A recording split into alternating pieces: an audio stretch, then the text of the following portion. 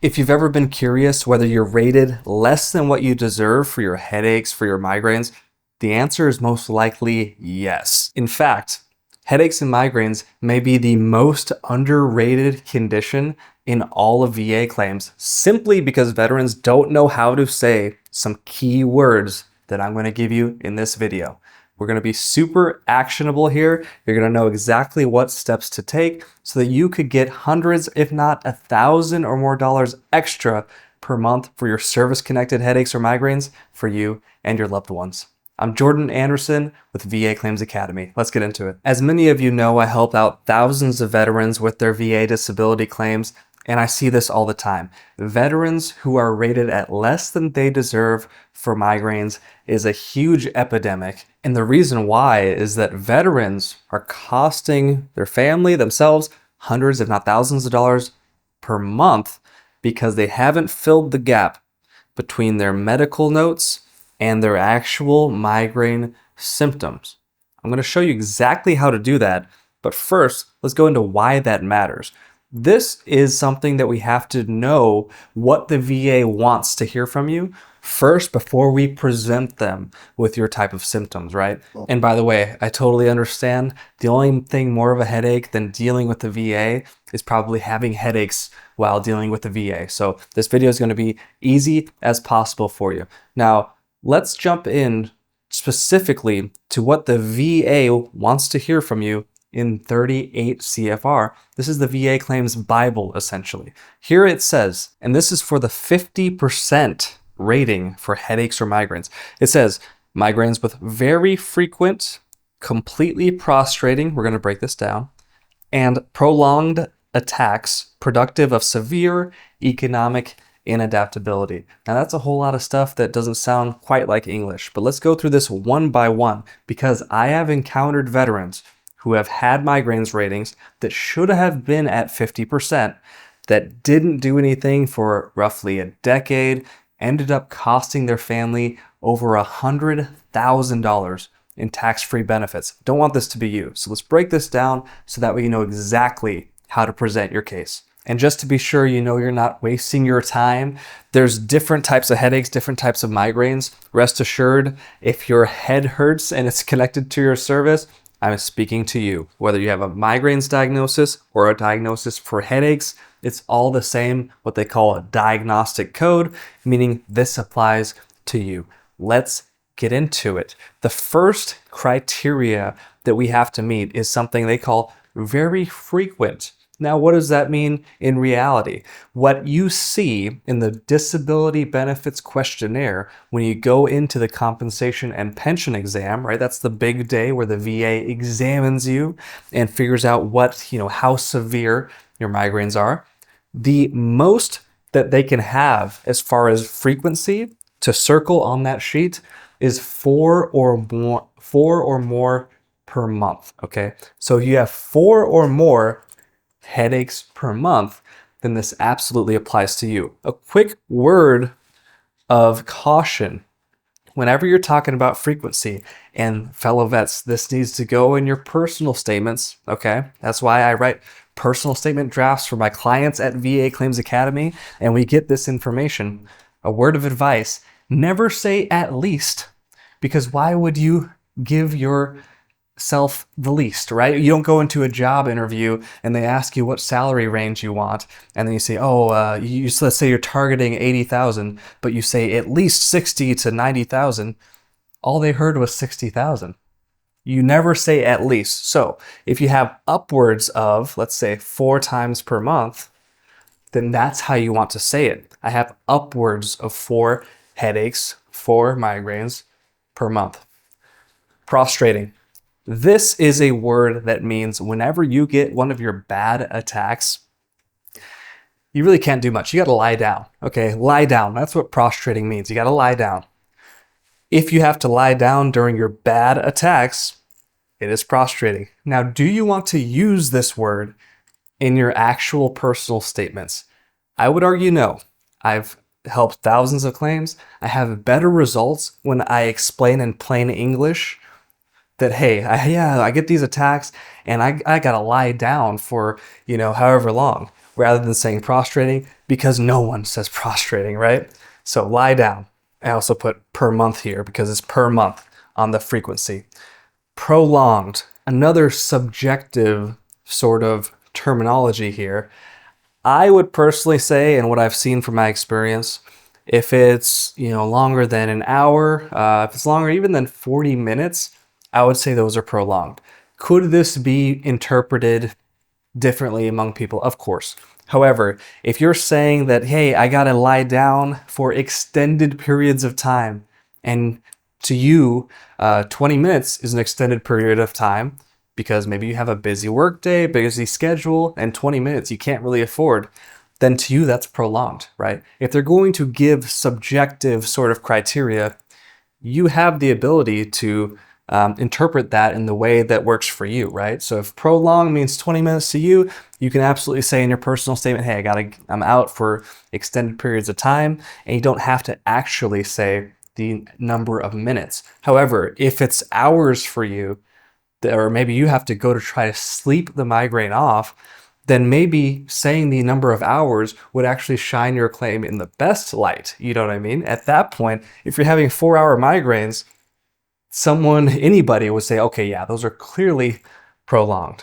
For the sake of keeping this sort of generic, in my personal statements, again, if you're less than an hour, I would use the terminology extended periods of time. And I would leave it at that. And then during the exam, if they ask you, again, during the compensation and pension exam, they say, okay, it says extended periods of time. How long are we talking here for your migraine attacks? I would take my longest migraine attack that I've ever had and say upwards of that real number, right? Do you see how you're framing your true story in the best possible light so that when the VA does VA things, which is kind of knock you down a little bit in terms of, what you should be rated at, you start from the highest possible and then they give you a little bit lower. It's almost like a negotiation, just like why I mentioned that salary metaphor, okay? This is important because you need to be strategic. Otherwise, you're going to be like everyone else who goes through this process and gets steamrolled, gets underrated, right? Now, the last one, this is almost a different language. They talk about severe economic inadaptability. What this means, and again, severe is completely subjective. To me, in this economy, if you lose $5, that's it's not a good thing. You know what I mean? It depends on your situation, what is severe to you and what is not. That's different for everybody. So you can almost cross that word out and ignore it entirely because it could mean anything, therefore it means nothing. We're talking about economic inadaptability. Does this hit your pocketbook? I would argue yes. If you're having extended times where you're unable to work, because you're lying down oftentimes, prostrating, and they happen very frequently, 4 or more times per month, this is hitting your pocketbook somewhere. It's just articulating how that is the case. Let me give you a difficult example so that you know that even if you can't quite make that direct connection, you could get creative and think about how it affects your income and meet this criteria. What if you only get migraines maybe, let's say 4 times per month, but they're only in the afternoon after you've already gotten out of work, or you have a salary position where even if you miss a few hours, you're not losing actual cash? Well, I can promise you that this is impacting your productivity.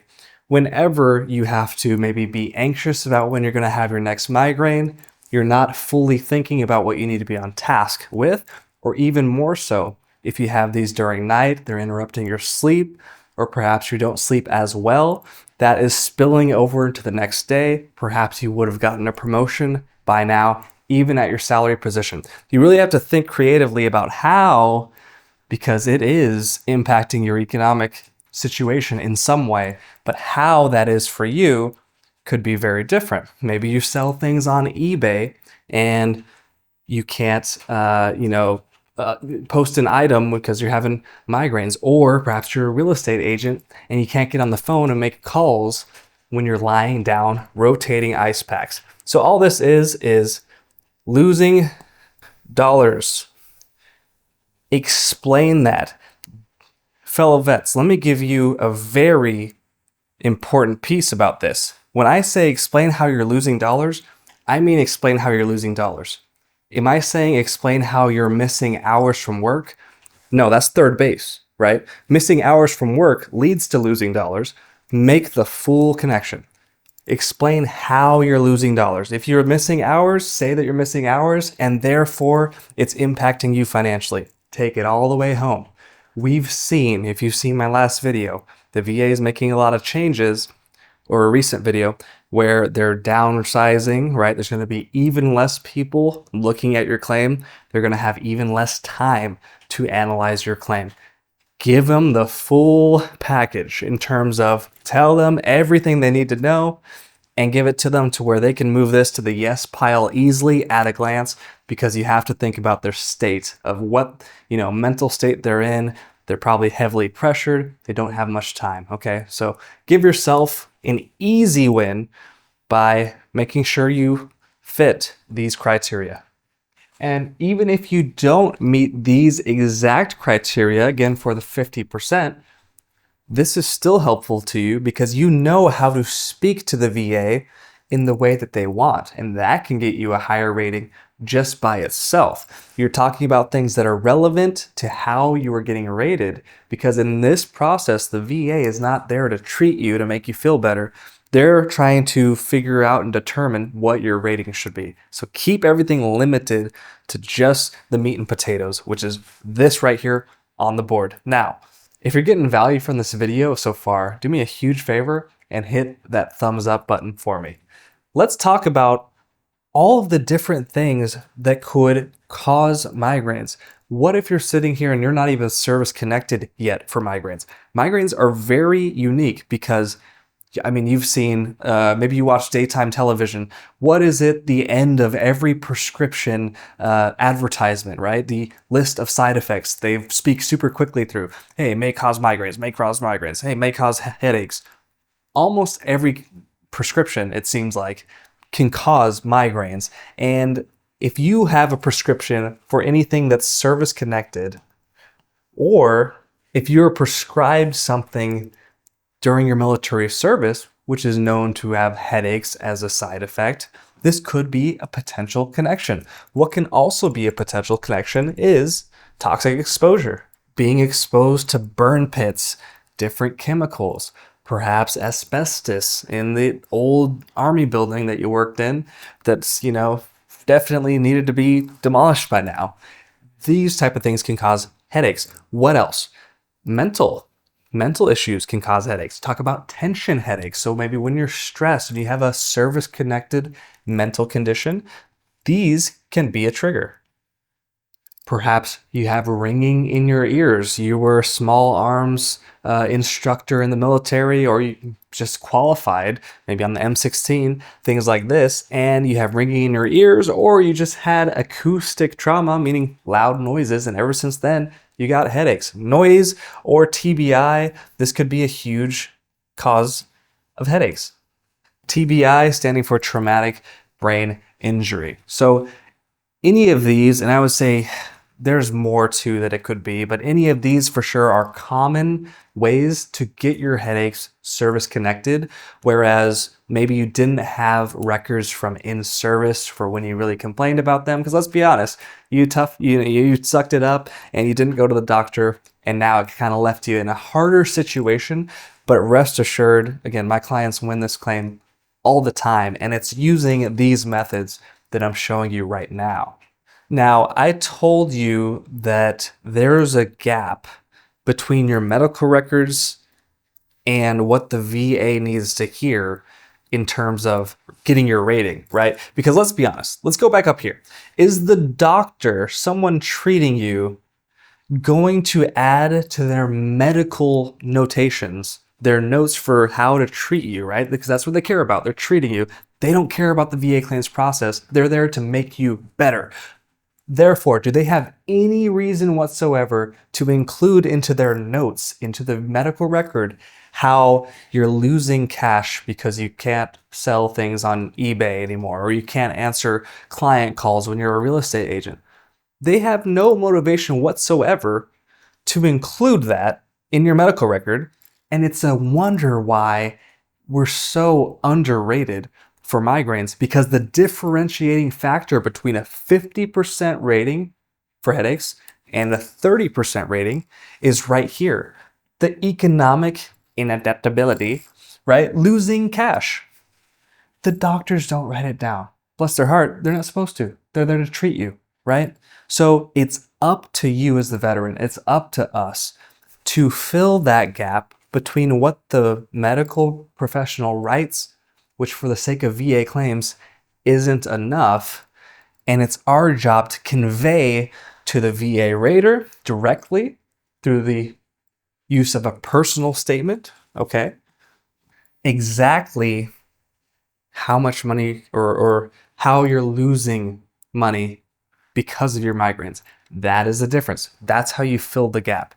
Now, your personal statement goes directly to the person reading or rating your VA claim. They're the ones who read your personal statements. So rest assured, when you upload it to va.gov or when you submit it with your claim, the rater themselves is looking at this. That's why it's important to keep it concise, keep it short, don't waste their time, and only include the meat and potatoes, those 4 things that we mentioned earlier. If you've ever wondered why VA Claims Academy has a 4.9 star rating on Google and why this works for people, it's because we're not guessing, right? The VA tells you exactly what they want to hear from you. It's just a matter of getting it done, writing the personal statement drafts for our clients to where, yeah, this goes directly to the VA rater.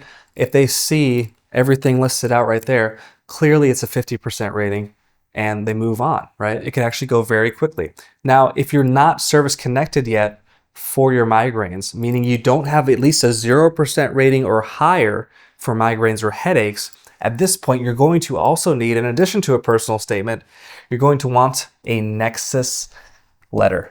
Okay.